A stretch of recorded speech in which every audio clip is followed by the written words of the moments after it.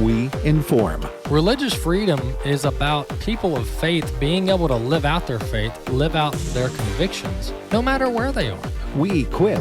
Sacred honor is the courage to speak truth, to live out your free speech. We also rejoice in our sufferings because we know that suffering produces perseverance, perseverance, character, and character, hope. This is At the Core on American Family Radio. Welcome to The Core here on American Family Radio. Glad to have you with us on this edition of The Core. Walker Wildmon here with you. The show is available live on AFR.net and on the AFR app, live streaming that is. And then it's available 24/7, 365 in the form of a podcast wherever you listen to podcasts. So if you want to get today's episode in the future, just subscribe to the At the Core podcast wherever you listen to podcasts, and you'll have the program there queued up in your library each and every day. John chapter 18 is where we are this week. John chapter 18, looking at verses 19 through 21. The high priest then asked Jesus about his disciples and his doctrine. Jesus answered him, I spoke openly to the world. I always taught in synagogues and in the temple where the Jews always meet, and in secret I have said nothing. Why do you ask me? Ask those who have heard me what I said to them. Indeed, they know what I said. And so here the priest, the high priest, are trying to act as if they're not sure about what Jesus is doing here, what his ministry is all about. When in reality, what Jesus says is, look, I've been practicing my ministry on this earth in the public square, in the temples, and the synagogues. And so this question, like, you're not really sure about my teachings, where have you been? Has your head been in the sand? But as we know, looking at the context here, oftentimes these religious leaders were looking to entrap Jesus or make him stumble over himself with his answers to their questions. But Jesus just puts it plainly here that his ministry is public, and he's spoken publicly about it. No secrets, no exclusivity here. Jesus' ministry and his purpose and his profession of being the Messiah is for everyone to see.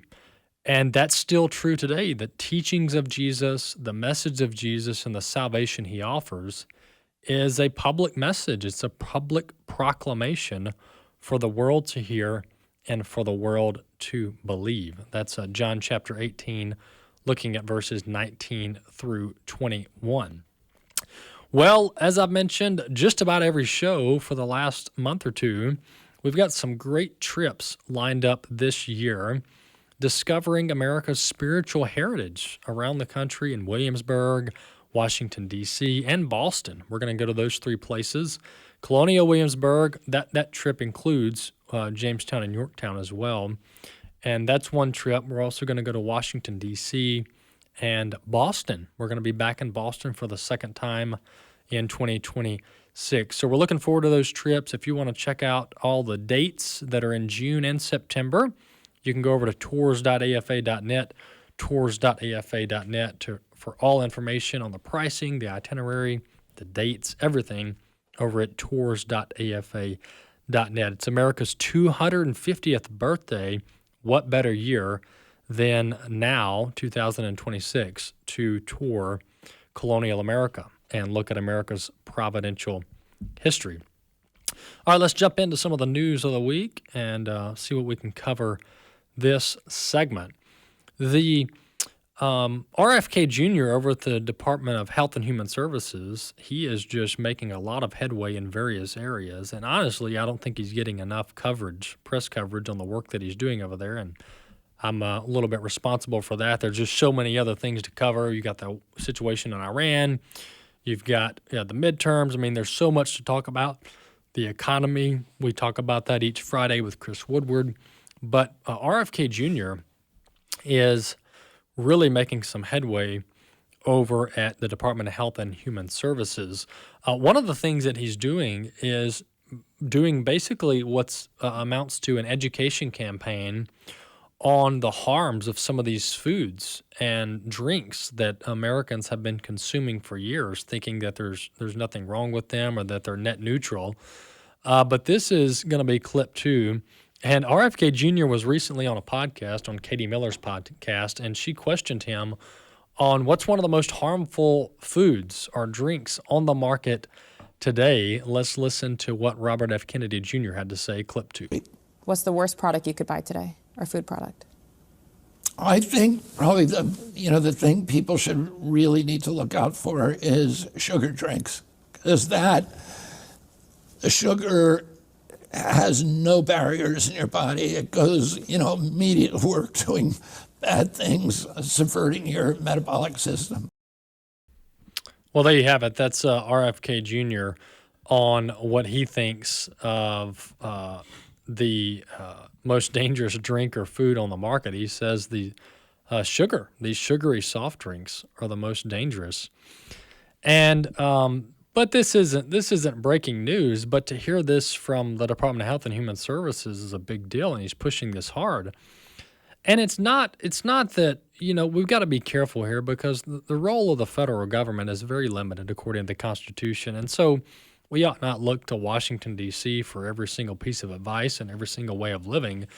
But it is important, if the Department of Health and Human Services claims to operate for the betterment and for the well-being and the health of the American people, then they've got to educate the populace on what some of these harms are that Americans are consuming each and every day. And the sugary drinks are a disaster. They're an absolute unmitigated disaster. This is out of Fox News. When you want to talk about the amount of sugar, this is insane.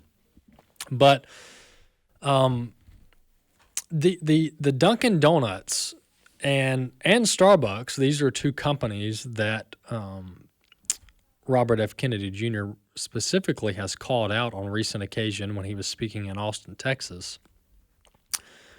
Some of these iced coffee drinks have over 100 grams of sugar. 100 grams of sugar. And you look at what these added sugars cause when they're overconsumed. Obviously, weight gain and obesity, type 2 diabetes and insulin resistance, cardiovascular disease, non-alcoholic fatty liver disease, tooth decay, increased inflammation and other chronic conditions, and can also have mental health impacts. But when you look at the daily limit, the daily recommendation for women, about 25 grams. 25 grams of added sugar is the daily recommended value for women. For men, about 36 grams is the daily recommended value. But you've got one drink at some of these coffee shops that's got 4 to 5 times the daily limit just in one drink. It's insane. And you ask yourself, why would you need that much sugar in anything? It's not as if, Dunkin' Donuts and Starbucks can't sell coffee without adding 125 grams of sugar. Are you kidding me? But the reality is that a lot of surveys, or a lot of research rather, shows that this sugar has an addictive nature to it. And so people are drawn back to it. They're drawn back to it. They're drawn back to it. And you end up having these cravings for this added sugar. But this is a big problem in our society. So much of America's health problems boils down to these the food that we eat. The food that we eat. I mean, between the food that we eat and the inactivity of our modern lives, it's a problem. And this is one concern I have with artificial intelligence and robotics, is I don't, we've got to be very careful as humans that we don't, fall into this state of inactivity and laziness that becomes gluttony. It becomes sinful. It becomes unbiblical. And so this is kind of the resistance that I have towards this notion that, hey, let's automate everything. Let's make it to where humans don't have to do anything physical, to exert any energy physically. That, folks, that's a very dangerous trajectory. I don't know that we want to go there, because for all of human history, humans have needed to store energy and exert energy for daily living, for daily life. And of course, things have gotten more convenient and easier as technology and mechanics have developed over the years with modern technology and innovation. So life has gotten, quote, easier, if you will, from a human labor standpoint. But this notion that Silicon Valley wants us to adopt, that we ought to create computers and robots to do all the hard work, the quote hard work that humans do, that has a lot of negative implications down the road that people just don't seem to be factoring in. But RFK Jr. is doing his part. He's highlighting the harms of these foods and these drinks that are really bad for your health.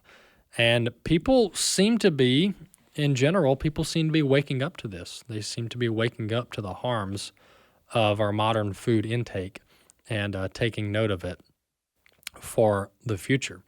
Well, another clip I want to play is, speaking of AI, has to do with how AI is sourcing its information and monetizing it. And this is actually the CEO of OpenAI, Sam Altman. He's talking openly about how these AI companies are sourcing all this information that comes from you and me, and then they plan to monetize it indefinitely, like electricity and like water down the road. This is going to be clip 4. Let's roll. Fundamentally, our business, and I think the business of every other model provider, is going to look like selling tokens. They may come from bigger or smaller models, which makes them more or less expensive. They may use more or less reasoning, which also makes them more or less expensive. They may be running all the time in the background trying to help you out. They may run only when you need them if you want to pay less. They may work super hard, spend tens of millions, hundreds of millions, someday billions of dollars on a single problem that's really valuable. But we see a future where intelligence is a utility, like electricity or water, and people buy it from us on a meter and use it for whatever they want to use it for. The demand that we see for that seems like it's going to continue to just go like this. And if we don't have enough, we either can't sell it, or the price gets really high and it kind of goes to rich people, or society makes a bunch of sort of central planning decisions that I think almost always go badly about, we're going to use our limited compute supply for this and not that. So the best thing to me throughout all the history of capitalism, innovation, whatever you want, is to just flood the market. Yeah.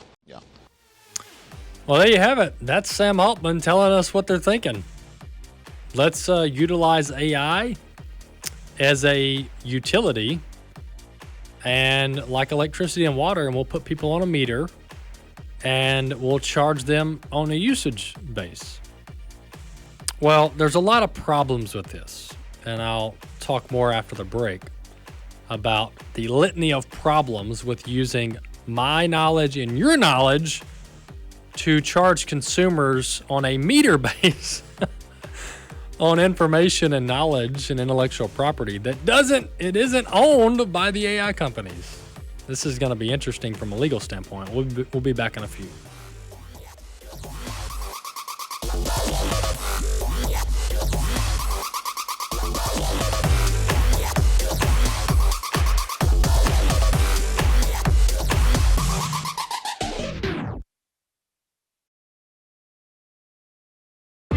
If we lose this cultural war, we're going to have a hedonistic, humanistic society. Discover the story of the culture warrior Don Wildmon and how he went head-to-head with Hollywood, Playboy, the homosexual agenda, and the Disney empire. The movement Don started continues today as AFA fights the attack against truth and righteousness. Watch Culture Warrior and join the fight. Visit culturewarrior.movie. At the Core podcasts are available at afr.net. Now, back to At the Core on American Family Radio. Welcome back to the Core here on American Family Radio. Well, towards the end of the last segment, I played a clip of Sam Altman, CEO of OpenAI, on their plan to how they want to use artificial intelligence. Here's the dilemma. Well, there's a lot of dilemmas here, but here's the legal and moral dilemma with how AI is currently being used. And really, if you draw the logical conclusion here based on my assessment, we shouldn't have AI. We shouldn't have AI outside of ownership, of intellectual ownership. All right. And so for as long as America has had any semblance of a legal system, we've had what's known as intellectual property. And the intellectual property principle or legal understanding probably goes back even to pre-America. I would have to do a study on that. But this is not, my point is, this kind of legal theory has been around for a long, long time. And so it's called intellectual property or ownership of ideas. And so people monetize their ideas all the time, right? They create a design of a technology or a tool or a software. They use their God-given abilities to create value in something, and then they use the law to protect. But what AI does, folks, fundamentally, is it scrapes the World Wide Web and any other data source of all combined intellectual property. It scrapes it all, and then it uses it to spit out responses, okay? Using the true knowledge of humans. And of course, we get our knowledge from our Creator and from natural revelation, from what's revealed to us through God's created order. And so humans create knowledge from God. We create knowledge. We develop understanding and intelligence. And AI is scraping all of that en masse, all right? This is the computing that they're talking about. This is not, these computers aren't coming up with their own novel theories or their own novel information. This is all used from you and me and people throughout history that have developed this knowledge, okay? And so the problem with this is that these companies are monetizing it. And they're planning to monetize it indefinitely. And what's missing here is royalties, all right? What's missing is royalties. I don't know how this withstands legal muster. Because you've got just a massive, I don't even know what the proper measuring would be. You've got massive amounts of data out there on these servers and on the web. And AI is using all of this human knowledge to spit out these responses, but these AI companies don't want to charge for it. They want to charge for it indefinitely. Now, early on in AI, they weren't even using citations. AI wasn't even using citations. And then there were a couple lawsuits, and then all of a sudden, now you find countless citations within an AI response because the lawyers were coming after them. But this should concern all of us. And this is where, when Elon Musk and others talk about the job displacement here that AI will have, now I can see what they're talking about.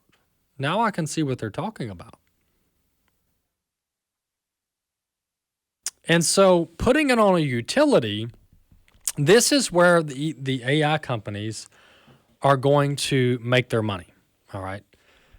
Many market analysts have been speculating on, how do these AI companies recoup their cost here? Because they've been spending billions of dollars developing AI, building data centers, with no immediate way to make that money back. And this is how you have market bubbles. This is how you have companies go upside down, is they lean hard into a technology, and on the other side, there's only a few winners. Everybody else goes upside down. This is bubble 101 for the markets. So people have been speculating, how on earth do these companies get this money back? How do they earn the money back on what they've spent investing in AI? Well, Sam Altman just told us how they earn the money back. All right. And so what's happening now, mark my word, what is happening now is the AI companies are making you and I and everyone that is subscribing to this for free as of now, mostly for free. We are becoming attached to artificial intelligence. We are beginning to use it in our daily life. And what's going to happen at some point in the near future, I would suggest, probably less than 3 years out, is you're going to see all of this go behind a paywall. Because it doesn't make sense. Why would you, as an AI company, spend tens of billions of dollars building something out only to offer it for free to the masses? Absolutely doesn't make sense. Unless there's an ad service behind it, right? But that's not the case here. And even for television, with an ad service, you still pay a subscription for television. So all of this is going to go behind a paywall at some point. I predict in the next 3 years, probably sooner than that. Because these companies, they have bills to pay, right? They've taken out multi-billion-dollar loans. They built these data centers. They got to pay these bills. How do you pay the bills? You create this never-ending subscription service, and as Sam Altman calls it, he calls it a meter. He is applying the utility, the common utility lingo with electricity and water, to access to these artificial intelligence tools and putting on a meter, a usage base. So this is where they get their money, okay? And so we just thought that this artificial intelligence was going to drive down the cost of things. And it may in some categories, but I don't know. Here. What they're looking at doing costs a lot of money to run these AI data centers and this mass computing that they're talking about. And so I think I'm not sure that the quote savings on AI down the road is going to be as aggressive as some might suggest. I think we're going to have to pay a pretty penny for access to these tools and technologies that is ultimately using humans' knowledge and intelligence to put people on a perpetual payment plan for the artificial intelligence tools. So that's where we are. But if you've been wondering, how do AI companies recoup their cost and actually turn profitable based on all of these investments they've been putting out, this is how they do it. They charge you in perpetuity a fee to use artificial intelligence. And see that this is an absolute win-win for the AI companies, and here's why.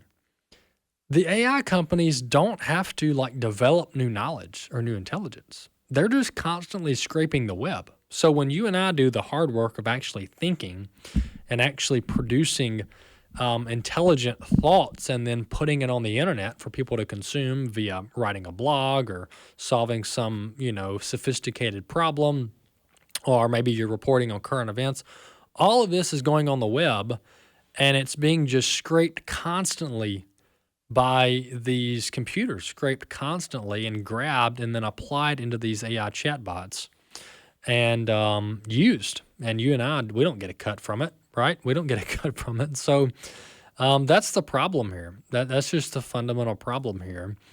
I'm rather shocked that this has legally withstood challenges thus far, the way this AI works and the way it steals from human intelligence, creates fake intelligence, and then puts a price tag on it and resells it.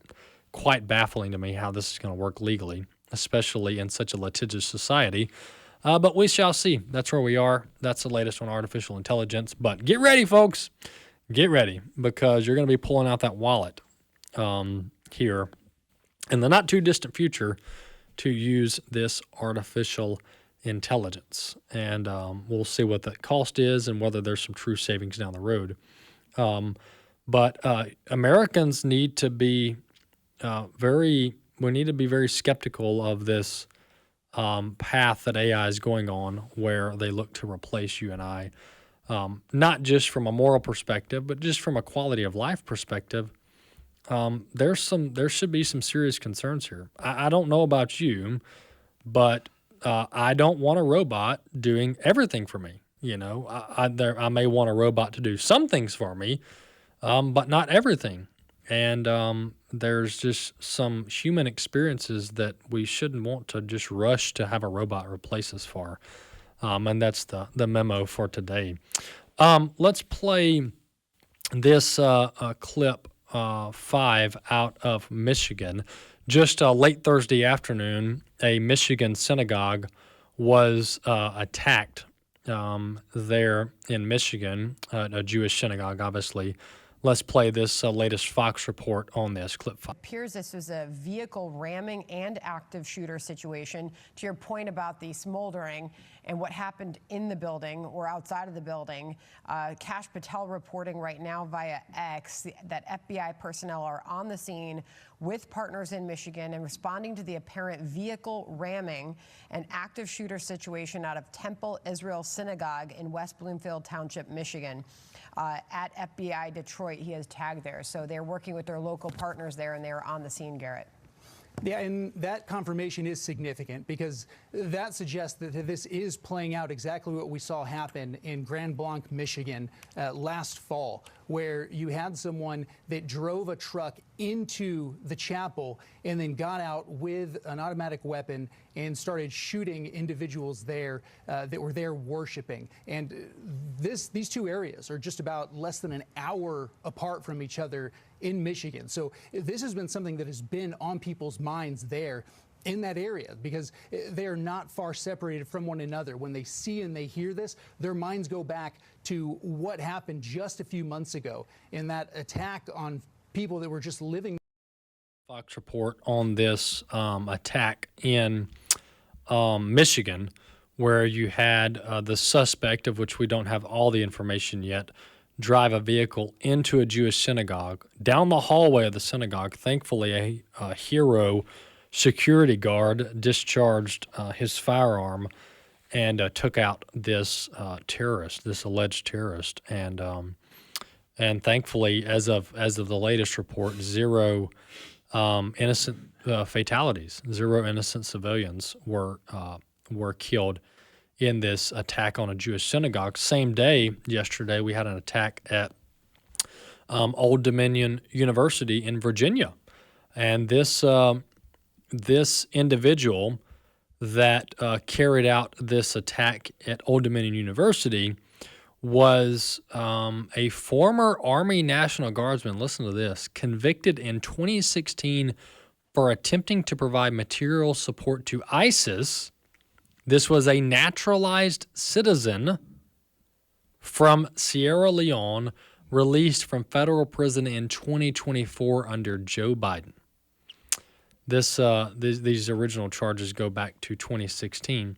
He was let out of prison in 2024 and now has committed a mass shooting at Old Dominion University in Virginia. All of this is breaking as of Thursday and Friday. So, as I said earlier in the week, this mass importation of foreigners just doesn't make sense from a national interest standpoint.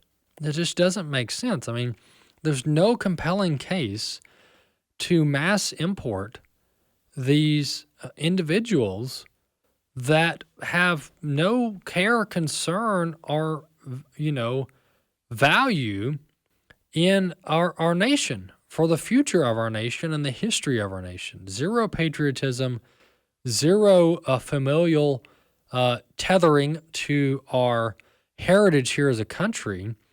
And this is very problematic. And so this notion that we ought to, as a country, just let anybody and everybody come in, even through legal means, is just idiotic. It just doesn't make sense. And it's very harmful to our country. We should have legal immigration, but it should be very strict and only for the best interest of our nation. We should only bring in people into this country to better the nation in the future and to preserve the values that this nation was founded on. And so, but we haven't been doing that. We've been letting anyone and everyone come in, both illegally and legally, and it's very problematic. Now we have another naturalized U.S. citizen. This is in addition to the one from Austin, Texas last week, who is also a naturalized citizen, meaning they weren't a U.S. citizen. They immigrated here, most likely through legal means, and then at some point they attained citizenship. That's the problem. This is what's happening here. Very few of these radicalized Islamic jihadis, very few of them are American-born U.S. citizens. Very few of them. Not all, but very few of them are American-born U.S. citizens. Most of them we are bringing into this country, and it's turning back and hurting us. We'll be back in just a few minutes.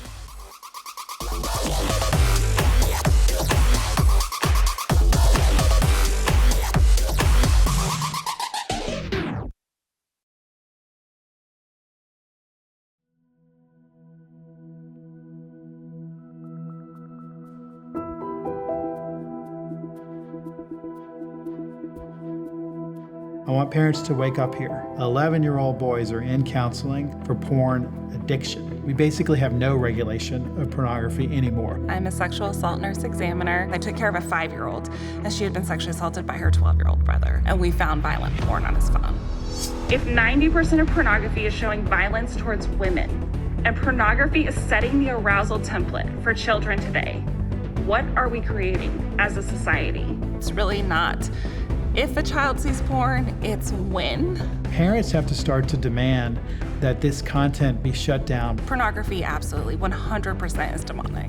I also know that the God we serve is way bigger than this, and He is actively involved in bringing healing and hope and salvation to us. Where sin abounds, grace abounds even more. All God asks of you is faithfulness. Then conquer we must, for our cause it is just, and this be our motto, in God is our trust. We need desperately to have men and women of courage and discipline, for courage and discipline are contagious.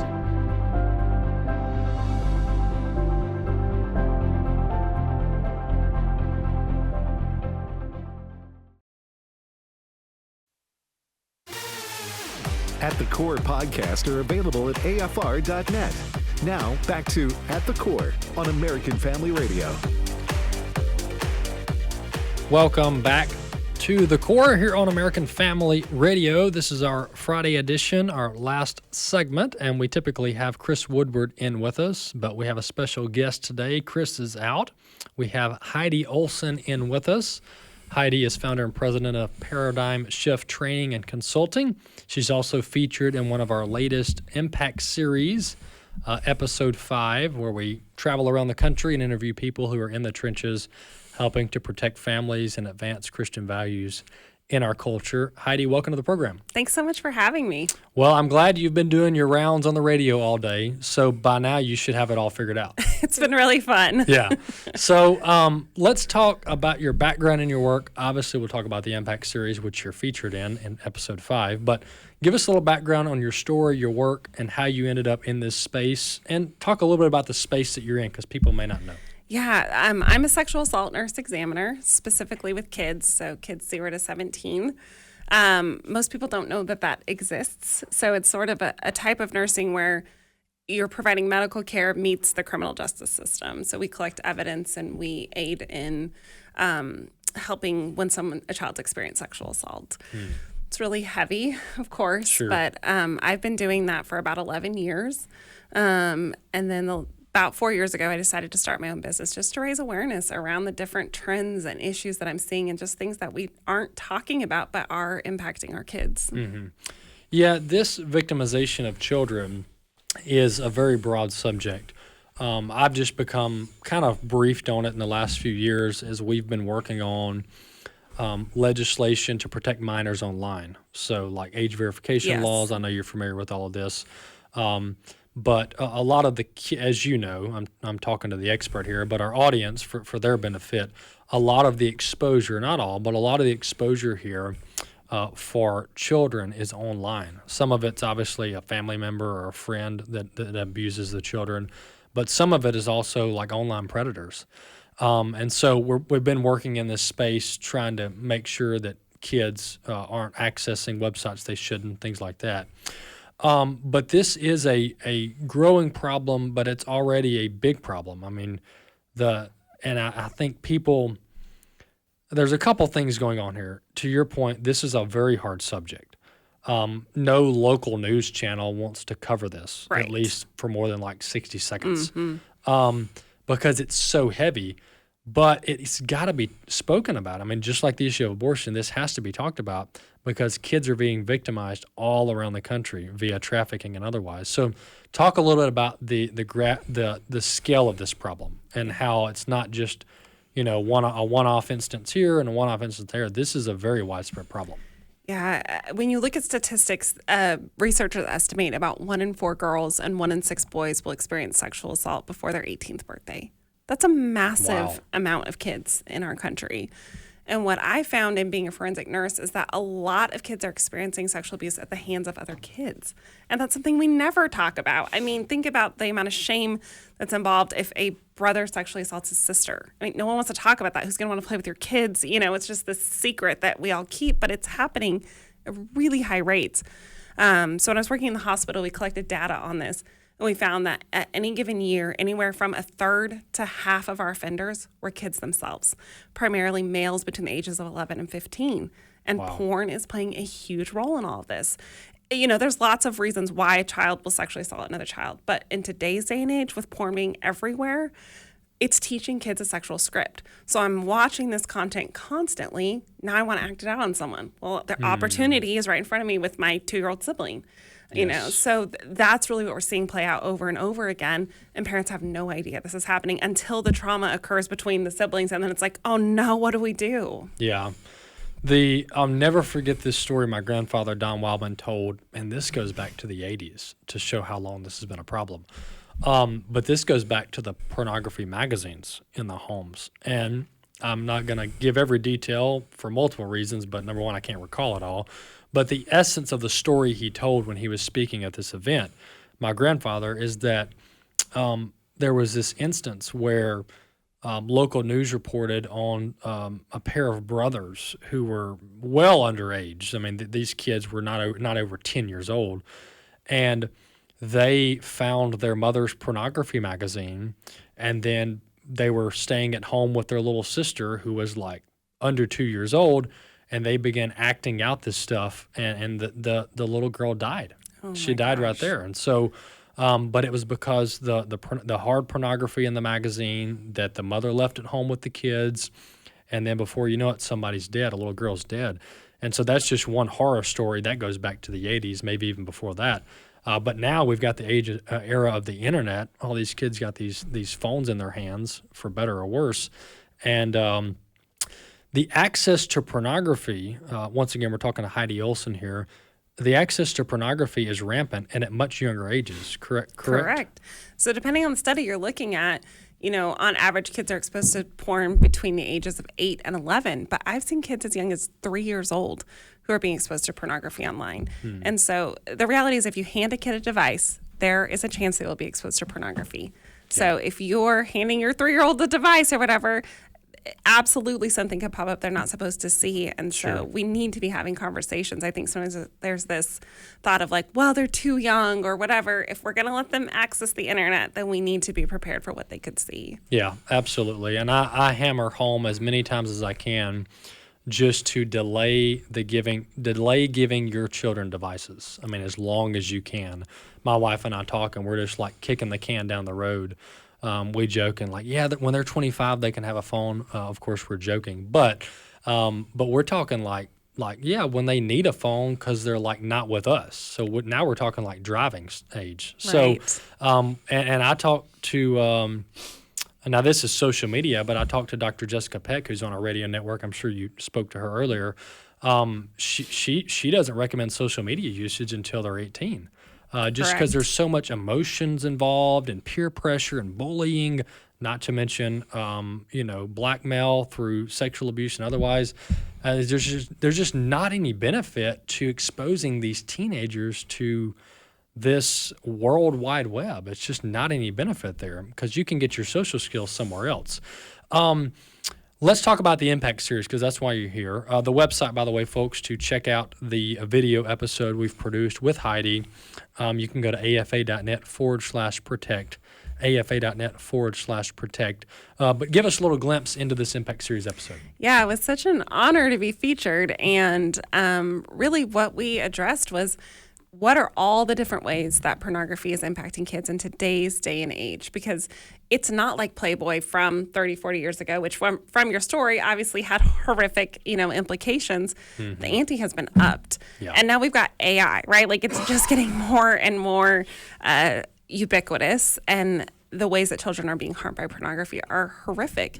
And it's normalizing exploitation. It's teaching girls, hey, you should be a porn star. Mm-hmm. This is great. Watch all these girls on OnlyFans who are making millions of dollars. And if you're a boy, you should engage in sexual violence because that's what girls like in porn. How is this going to impact kids as they become adults? How do they have healthy relationships, right? I mean, it's just impacting every facet. So we talk through that in the Impact Series, and we want to leave people with hope, right? I think this can feel so overwhelming and so heavy. And the reality is there is hope, there's redemption, there's healing, and we want parents to have that message as well. Yeah, absolutely. Well, I'm glad we're doing this episode because this is a very large thing to try to conquer. And but to your point, there's something parents and grandparents can do about this because I mentioned in my show a couple weeks ago that the device is the gateway when we're talking about digital pornography and being abused online, or these predators that are seeking young kids online. The device is the gateway. And so I think parents get overwhelmed that, I don't know about all the security settings, and I don't know, what social media profiles the kids have. Well, let's just pare it down to keeping it simple, and that is, does your kid have access to a device and when? Yes. Because if you can control the access to the device, that's half of the battle, correct? Correct. Absolutely. I agree with that. Yeah. These companies do not make it easy to put parental controls in place. I mean, it's very difficult. And so I absolutely agree with that. Yeah. But I would encourage parents, if your teenager or young adult does need an electronic device, study up or have someone study up on these safety settings, because there's obviously these technology companies can do so much more to prevent this stuff. They've got plenty of tools at their disposal to prevent a lot of this filth on the internet. But there are some safety settings on some of these devices that parents can use. So we encourage them to just study up on them, have somebody study up on them if you're not comfortable. Heidi, what would you say is the most common means of which these children are victimized? Is this on like your common social media platforms? Where are kids being exposed to a lot of this harmful content? Yeah, I would say X is a huge one, or formerly Twitter. Mm-hmm. There is so much pornography on that website, and almost no parameters, and very much because X is like, we're this free speech platform now. Pornography is protected under free speech, which is mind blowing to think about that statement. It shouldn't be, but it is. Yeah. And really no parameters of click a box. Yes, I'm 18. That's it. So a lot of kids talk about being exposed on X. Instagram, Snapchat. Yes, sometimes they go onto porn sites, but I would say social media more than anything, or friends, right? Sending them things, or kids sending naked pictures to each other and opening that door. So lots of different ways, but social media is a huge one. How do you counsel and parents on how to have these conversations? I say it's simple, but it's not easy, which is we need, as soon as you hand a kid a device, even if it's your phone to play with, that you need to talk about this. So if that's your 3-year-old, talk about it in an age-appropriate way. Sure. Frequently. So just little tiny touch points throughout the week. Remember, if you see anything like this, please tell mom and dad so that we know we can talk about it, we can externalize it, we can protect you, versus we talked about it once, there was a lot of shame, that kid's never going to circle back around. Now they've viewed porn for 5 years, and by the time you realize it, they're having anxiety and depression and all of these other issues. Yeah. And so I think talking about it very frequently and knowing this is a safe space. We can talk about it. You're not in trouble if you see this or if it pops up, and we will deal with it when that happens. Yeah, that's good. To your point, the concept is simple, like, hey, I need to address this with my kids, but then having the actual conversation, I would say the younger the better, right? Because when they get teens and young adults, they start acting like they know it all. So the younger you can start the conversations, the better. Yes. When you're still in a place of authority in their life. We're talking to Heidi Olson. Heidi's got an extensive background in dealing with children who have been abused or have abused others. Her title is founder and president of Paradigm Shift Training and Consulting. Heidi's featured in our latest episode of Impact Series. This is going to be episode 5, afa.net/protect is that URL, afa.net/protect. Well, Heidi, tell our folks how they can find more about your work and read more about what you do. Yeah, you can go to my website. It's paradigmshift.tc.com. I should have picked an easier name to spell, but I did not. So right. There we have it. You can also just Google me, Heidi Olson. My last name is Olson, and I should pop up, and you can find information on me. So please go to my website. You can book an appointment with me there. I'd be happy to help however I can. Excellent. This is Heidi Olson. Paradigm Shift is her organization. You can just simply Google that, Paradigm Shift. And get her website there. Heidi, last question. Are you staying busy? Like, are you seeing an uptick in parents and adults wanting to be kind of studied up on this stuff? It comes and goes in waves. Yeah. So I've been busy lately because legislative sessions are in session in different states. Have you been testifying? I have been. Okay, I just good. testified in Maryland last week. I've testified in Kansas and Missouri and submitted testimony in Minnesota this session. Okay. So that's been great on different bills related to online safety and age verification. Sure. So there is an uptick sometimes, and then there's other times where I feel everyone wants to put their head in the sand and they don't want to have this conversation. So it ebbs and flows. Yeah. Are you still, I saw you're an RN and many other things as well. Are you still practicing your original field you mentioned early on about the counseling and identification and stuff? So I've taken the last year off, which has been so good for my nervous system. And I'm actually about to jump back in, hopefully with a different program than the one I was in the next couple of months. Yeah, this has got to be, I hear about law enforcement detectives that are assigned to child victimization. The units are sometimes they're just flying solo if it's a small agency. But it's got to be very difficult to keep your sanity. Yeah, it's heavy. This, right? I'm thankful that the Lord brings healing and redemption and truth. Amen. Praise God for that. Heidi Olson, thanks so much for being with us. Thanks for having me. Absolutely. Heidi Olson, she's featured in our latest Impact Series episode 5. We've got a great article in our Stand magazine that we'll link to as well that our own Maisie Warren, who helped produce this series, by the way, our episode, wrote about Heidi and her work and a little bit of backgrounder. on this episode 5 here. So we'll link to that in the show notes, but glad to be with you today. AFA.net/protect is the URL to find more out about this episode. We'll see you next time.